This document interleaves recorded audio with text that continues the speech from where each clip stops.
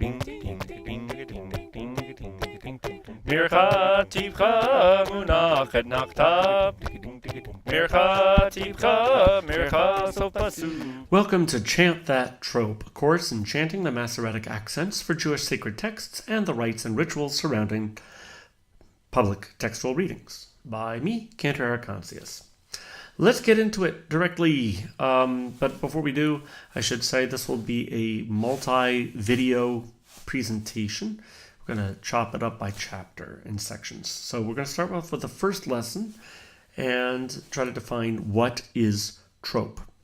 And first of all, if you are somebody that goes to the synagogue on any regular basis, you've seen a Torah scroll, maybe not up close. And if you do, you see it looks like this.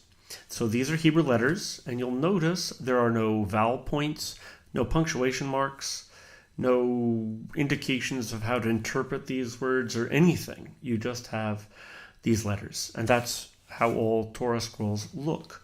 So in order to know how to read this publicly and to interpret it according to tradition, we need a little bit of help, and that's where trope marks come in. So in order to define tropes, let's look at their function, and then we'll look at what they actually look like. So there are three main functions of trope. So the first function is music. So we should say that when the Torah was chanted thousands of years ago, there were no microphones, right? I'm just trying to picture you imagining thousands of years ago, and remember, no electricity, no microphones, they didn't use megaphones. So how does music help? So the music, by singing loudly or chanting loudly, it helps one project more than if you were just to read something. So there is that. Not only that, there weren't any teleprompters to remind you how to pronounce a word or how to interpret a word. So if you consider how my voice goes up and how my voice goes down, you could actually notate that going up and down with musical notes if you really wanted to. I am not talking like a robot. I am not talking like this. So when you hear somebody emphasize a particular word, or, if I were to go like this, I might be saying a question. And that's how music can help you to pronounce or interpret a word. Now there's this another concept of chidur mitzvah, and that's the idea that unless given specific instructions, a commandment should be carried out with beauty. The word mitzvah doesn't mean good deed, it means commandment. So chidur mitzvah literally is the beautification of a commandment or a beauty, a beautification of a mitzvah, of a commandment. So, for example, when it comes to the written word, a ketubah or a marriage contract doesn't have any specific ways that it needs to be written as long as the words are written. So that allows calligraphers to make it look really pretty. It's the same thing with chanting the Torah, that there are the words, but we need to make them sound palatable to the ear. So that's one of the things that music does. So what the trope will do is it'll tell you how to chant a particular word musically, and the trope marks, they predate Western musical notation. So when you see what these look like, you won't see note heads or a staff or anything like that. In fact, the notations of these marks go right onto the Hebrew words. So instead of notes, there are symbols.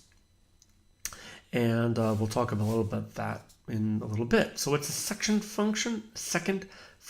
It's accents. Trope marks indicate accents, and what we don't mean is this kind of accent. Ho ho ho! That is a stereotypical French guy. But more seriously, we don't mean that accent. Instead, what we mean are these kinds of accents. So if you've ever studied poetry, these are marks and notations that should look familiar. So the U sign is an unstressed syllable, and then the 45-degree line accent mark, that's a stressed syllable. So you'd read this like this. This sun light shames November where he grieves in dead red leaves. and then you have the two lines indicating to pause, and will not let him shun the day, pause, though bow with bow be overrun. So those accent marks are telling you what to do. If you were to reverse it, you might got this shun, light shames, November. I mean, it would sound very weird. I'm going to illustrate that a little bit more further. So when you see one of these trope marks, they will tell you where the accent of the word is.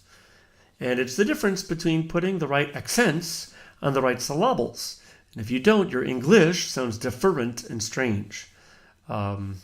When I was in college, there was somebody that worked on the college newspaper with me, and her nickname was El Barfo, not El Barfo. It just amuses me. It might not amuse you, so whatever. The trope marks are going to go over or under the accented syllable by and large. There is one tiny little or a couple tiny little exceptions to that. But when you see the trope mark on a syllable, that's the emphasized syllable. Now, it should be said that 80% of Hebrew words have their accent on the last syllable, which is greatly different from English. So if you even listen to the Hebrew accent, syllable, greatly different. English, most of those words have their accent on the first syllable, whereas Hebrew, it goes in the last syllable. And why is this important? Because in Hebrew, if you change the accent, you can greatly change the meaning of the word. It can greatly affect the interpretation of Torah. So we actually have examples of this in English. So here's some English words that are also affected by their accent. Let's just look at it. So there's a word. Now, the noun form of that is contest. Like I'm going to enter a contest. But if you're arguing with somebody, you're going to contest what they have to say. And it's the same thing. You might be a judge and you want to convict a convict. And I would like to present you with a present. And have you ever been deserted in the desert? And I permit you to have this permit. You're getting the idea. So project and project, record and record, subject and subject, produce and produce. I like to produce in my garden. And invalid and invalid. And the third function of trope, we had music, we had accents, but the third and the primary function of trope is punctuation. And what trope is at its heart is a detailed punctuation. So let's name some punctuation marks we have in English, so then we can talk about how that works in Hebrew. Let's just look at a bunch. So we got an exclamation point, a question mark, a comma, a period, an end dash, technically, or a hyphen, ampersand, quotation marks, parentheses. And if we look at all of them, we could say, yes, these are all punctuation marks. But if we think about them, we might be able to sort them in ability and power. So ability is, what are they doing? What is their function? So if you were to look at all these and say, well, which ones have things in common? So what I would do is sort them this way. So if you look at the exclamation point, the period, the question mark, and the comma, these are all punctuation marks that separate. So if you have a period, you're at the end of the sentence. If you have a comma, you have a pause. Same thing with a question mark or an exclamation point. Whereas the ampersand, the quotation marks, the parentheses, those are all punctuation marks that bring words together. So they're connected to one another. Furthermore, we can sort of create an order of operations or levels of strength. One might argue that an exclamation point is much stronger than a comma or a period because it's exclamatory. I said now, pause. Versus a comma, which has a weaker pause. Like, I need some apples, oranges, and tomatoes, period. So each of those pauses is a comma, and it's a bit weaker than the period. Let's look at some reasons why punctuation is super duper important. So let's say you are at school and you want to park your car in the parking lot, and you see this sign, which simply states, teachers only, no students allowed. Now, if you were just a regular person and you saw this sign, you might think, okay, teachers only, no students allowed. because that's what it looks like. However, if you were a really good student of English and you had a magic marker and you wanted to perform a little bit of surgery in the sign, you could park there easily by saying, teachers only? No, students allowed. And you could have a lot of fun with this. So, for example, if you're at grandma's house and you're hungry, you might say, let's eat, grandma, versus let's eat, grandma, which would be horrible. Punctuation saves lives. Use it and save a life. And then there's this, like, a woman without her man is nothing, which is a horrible sentiment, versus a woman without her man is nothing. And I don't raise these to make any sort of political statement. Rather, I'm just showing how punctuation can be used. But now let's take a look in the Hebrew as how trope marks might indicate something. So this is a passage from the Torah which says, Vayikra elav malach Adonai min hashamayim vayomer Avraham vayomer hineni. So if you're familiar on Rosh Hashanah, we hear this every year, Genesis chapter 22, verse 11. And a messenger of Adonai called out to him, meaning Abraham, from the heavens, and said, this is the angel or the messenger talking, Avraham, Avraham, and he, Abraham, said, Hineni, here I am. But take a look here, what's going on there? So if you look at that vertical line, that's known as a pasik. It's technically more of a punctuation mark or a pause indication rather than an actual trope mark. And then the second symbol there, which looks like the horseshoe or a wishbone, that is called an etnachta. We're going to get into that later. But the really important thing to know here is that that tall vertical line is a pause.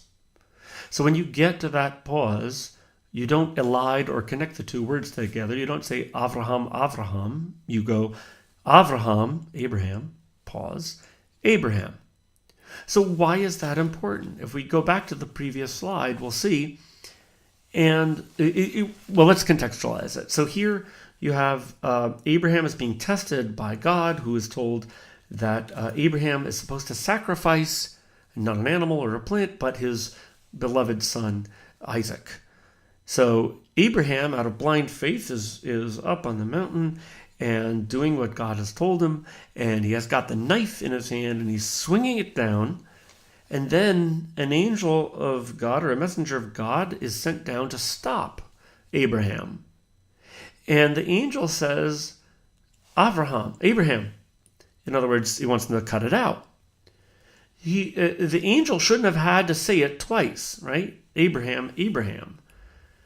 And most people, if you're trying to get somebody's attention, you only say somebody's name a second time if they didn't hear you the first time. And that's what's going on in that pause. The knife is still coming down. Avraham. The knife is still coming down. Hey, yo, Abraham, stop it. And then finally Abraham says, Hineni, here I am. So you've got this commentary in the punctuation itself. It's saying that the angel's not simply being emphatic, but rather had to snap Abraham out of his blind faith. So that's what trope can do at its extreme, is help us interpret things like that. So in summary, what are the three functions of trope? Music. It helps us to project our voice, to remember how to interpret the words with our voice.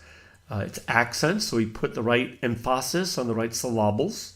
And it's also a huge punctuation system. And the way I like to remind people the three functions of trope is by using MAP or MAP to remember as an acronym those three functions: music, accents, and punctuation. This is a test to see if we could do a second one.